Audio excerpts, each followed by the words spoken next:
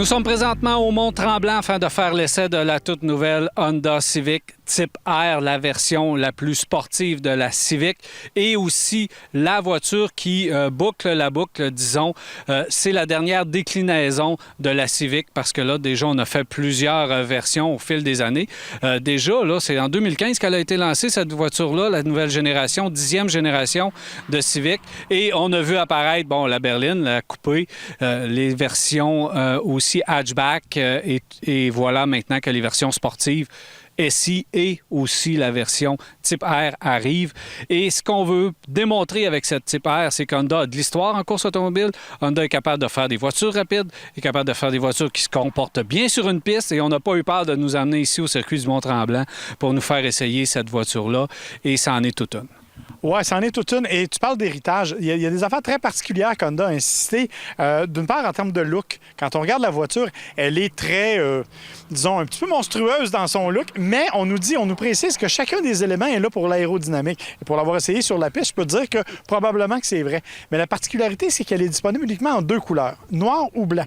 Mais c'est pas n'importe quel blanc non plus, c'est le blanc championnat. Pourquoi? Parce que c'est la couleur de la voiture de course des années 60 qui avait remporté les victoires au nom d'Honda. Donc, on joue vraiment l'histoire du sport motorisé avec cette voiture-là, avec une déclinaison extrêmement moderne, extrêmement puissante. On l'a senti, c'est une voiture qui a du couple, c'est une voiture qui a de la puissance, c'est une voiture qui a de la tenue de route. Honnêtement, c'est extrêmement spectaculaire. Tu as parlé un peu du travail de l'aérodynamisme, et si on regarde la Type R, il y a plusieurs choses qu'il faut prendre attention au travail qui a été fait. Parce que cette voiture-là, chaque pièce, chaque composante, tu l'as dit, en aérodynamisme, est utile. L'aileron en arrière, c'est pas juste pour le look, elle est utile. On l'utilise pour aller chercher plus d'appui au sol. À l'avant aussi, les prises d'air, le capot également, la prise d'air du capot, un moteur comme ça qui développe 305 chevaux, ça 2 litres, turbo, on a besoin de le refroidir et la prise d'air fait 2 fonctions, on refroidit et aussi est utilisée aussi pour de l'appui. Alors ça, tout est pensé sur cette voiture. Même le débit d'air qui circule autour de la voiture, on va refroidir les freins également. Pour la première fois sur un Honda, des freins Brembo qu'on utilise et on l'utilise sur la bonne voiture parce que ça freine pas à peu près. Et si on regarde du côté moteur, parce que le 2 litres, c'est son propre moteur, on le travaille et on a travaillé pour la Type R. C'est-à-dire que la façon dont le moteur se refroidit lui-même, on a des chambres à l'intérieur des pistons où on utilise également donc des chambres pour aérer et pour lubrifier et pour refroidir en même temps les pistons. Donc, on a travaillé très fort dans ce moteur-là pour aller chercher justement plus de puissance. La transmission également, on l'a essayé, elle travaille très bien. Oui, la transmission travaille très bien. C'est encore une fois une transmission à rapport court. Beauté de la chose, c'est qu'on a aussi le Irlento, le talon pointe qui se fait automatiquement, donc qui permet d'avoir ce qu'on appelle le rev matching, donc d'avoir vraiment le synchronisme du régime moteur. Normalement, sur ce genre de véhicule-là, ça a tendance à être un peu un jouet dont on ne se sert pas vraiment parce qu'il n'est pas très efficace. Or, on l'a tellement bien marié à la suspension qu'au contraire, dans ce cas-ci, et même mon instructeur, moi j'étais avec Philippe Letourneau quand même, c'est pas le dernier venu, et lui disait que c'est vraiment spectaculaire. Les freins, t'en as parlé, c'est extrêmement puissant. Au circuit du Mont-Tremblant, il y a des passages très rapides où il faut freiner très fort. La voiture n'est jamais déstabilisée. Et on a travaillé très fort aussi sur les suspensions et la direction pour éviter tout ce qui est effet de couple dans le volant. Parce que les accélérations sont brusques, on le sait, mais jamais on ne ressent qu'on doit se battre avec le volant pour garder la voiture en position. Alors, honnêtement, c'est une voiture très, très bien équilibrée. 40 800 $. Elle est tout à fait dans le format, je vous dirais, de ce type de véhicule-là. Son seul bémol, en fait, c'est que c'est une traction. C'est la seule véritable voiture de cette puissance-là qui est une traction. Toutes les autres sont définitivement rouage intégral. Rouage intégral, sauf qu'elle se débrouille très bien. On sait que là, on se vante énormément du côté de chez Honda d'avoir fait le temps le plus rapide pour un véhicule à traction sur le fameux circuit de Nürburgring. Et c'est quand même assez rapide, là. Donc, je pense que ça, on passe devant des 911 GT2. On passe devant des R8 V10 sur le circuit. Alors, on est très fiers des temps qu'on a fait. Le pilote devait être excellent aussi, ça, il faut le dire, parce que, évidemment, ça joue un peu. J'aurais fait au-dessus de 8 minutes. Ils ont fait 7 minutes quelque chose. Donc, c'est 43 et c'est 7 minutes 50 pour l'ancienne génération de type R qu'on n'avait pas ici, nous, en Amérique du Nord. Dans l'ensemble, si on regarde le design extérieur, on a parlé à l'intérieur aussi, on a travaillé très fort le volant, les appliqués ici, les sièges qui sont de type Recaro, là, exceptionnels, qui nous tiennent en place dans le véhicule. Il y a peut-être même un reproche à faire, il y a peut-être trop d'insonorisation à l'intérieur de l'habitacle parce qu'on va aller chercher un certain feeling, une certaine sensation, mais il faut dire que c'est un bon compromis parce que c'est un véhicule qui va être utilisé normalement sur la route. Alors, si vous utilisez ce véhicule-là sur la route, wow, vous allez avoir toute une bagnole dans les mains. Oui, toute une bagnole est fortement équipée, hein, parce que c'est une voiture de course qui arrive avec un habillage de luxe, là. On parle de système de navigation qui est standard. On parle effectivement, comme tu l'as mentionné, d'un habillage, d'une insonorisation absolument incroyable. Malgré tout, la sonorité du moteur est intéressante. Quand on est à l'extérieur de la piste, on s'en rend compte, mais en dedans, un peu moins. Il y a quand même de l'espace, comme les autres Civic, pour les passagers arrière. Donc, c'est vraiment un très bon compromis. Et c'est une voiture qui arrive telle qu'elle, c'est-à-dire qu'elle n'a aucune option. La seule option, c'est la couleur. Tout le reste est standard. Et vous avez bien sûr les modes. Ça, on n'en a pas beaucoup parlé. Il y a 3 modes de conduite. Il y a un mode qui est confort, qui joue beaucoup sur les suspensions. Et honnêtement, ça fait une grosse différence.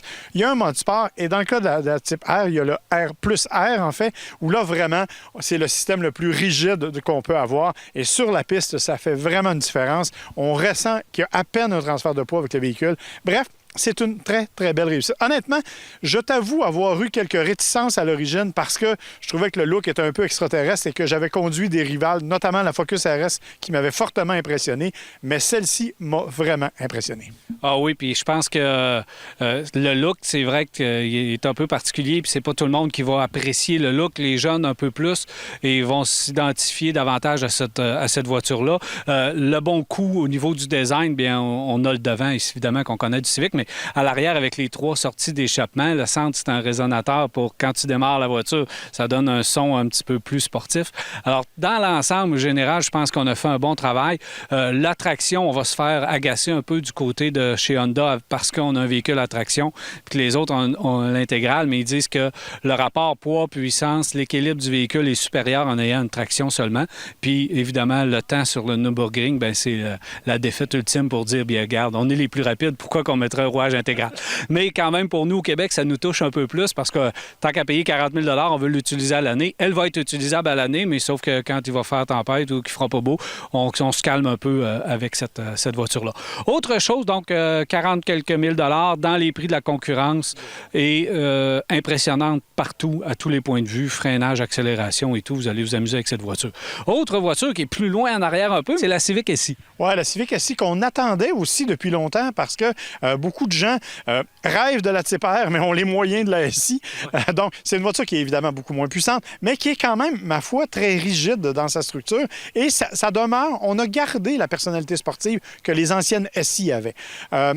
Évidemment, le look est beaucoup moins dramatique que dans le cas de la type R. C'est une voiture qui passe plus inaperçue un peu. On s'est envenu de Montréal au Mont-Tremblant à son volant. Encore une fois, mode de confort et mode sport. Donc, ça fait vraiment une différence au niveau de la réponse de l'accélérateur, au niveau des suspensions. Mais malgré tout, c'est une voiture qui est aussi très bien équilibrée. C'est définitivement une Civic. Dans le cas de la SI, ça va bien. Je ne peux pas te dire qu'elle est aussi spectaculaire que la Type R, évidemment, et que la différence avec les versions originales soit si évidente que ça. Oui, elle est plus puissante. Oui, elle a du couple intéressant.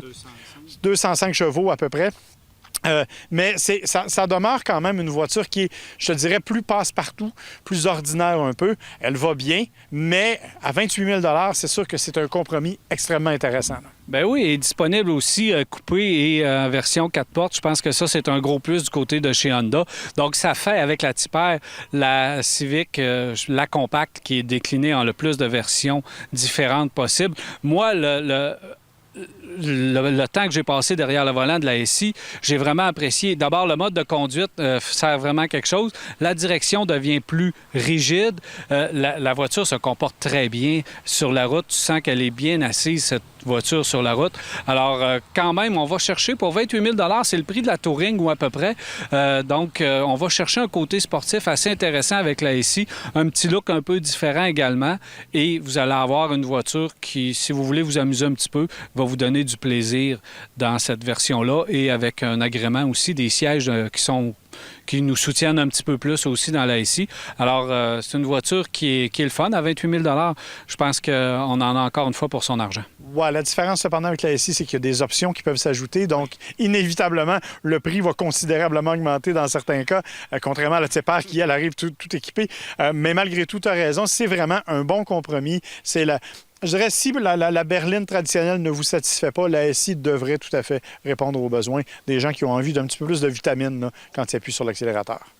Donc, qu'est-ce qui arrive chez Honda? Est-ce qu'on va voir arriver des Accord Type R? Est-ce qu'on va voir arriver d'autres choses? Je pense que oui, moi. Probablement. Et en fait, ce qui, moi, me rassure, et sincèrement, autant la Type R, sur le coup, quand on l'avait vu dans les salons, elle nous avait fait un peu peur, autant sur la route, sur la piste, elle est absolument magnifique.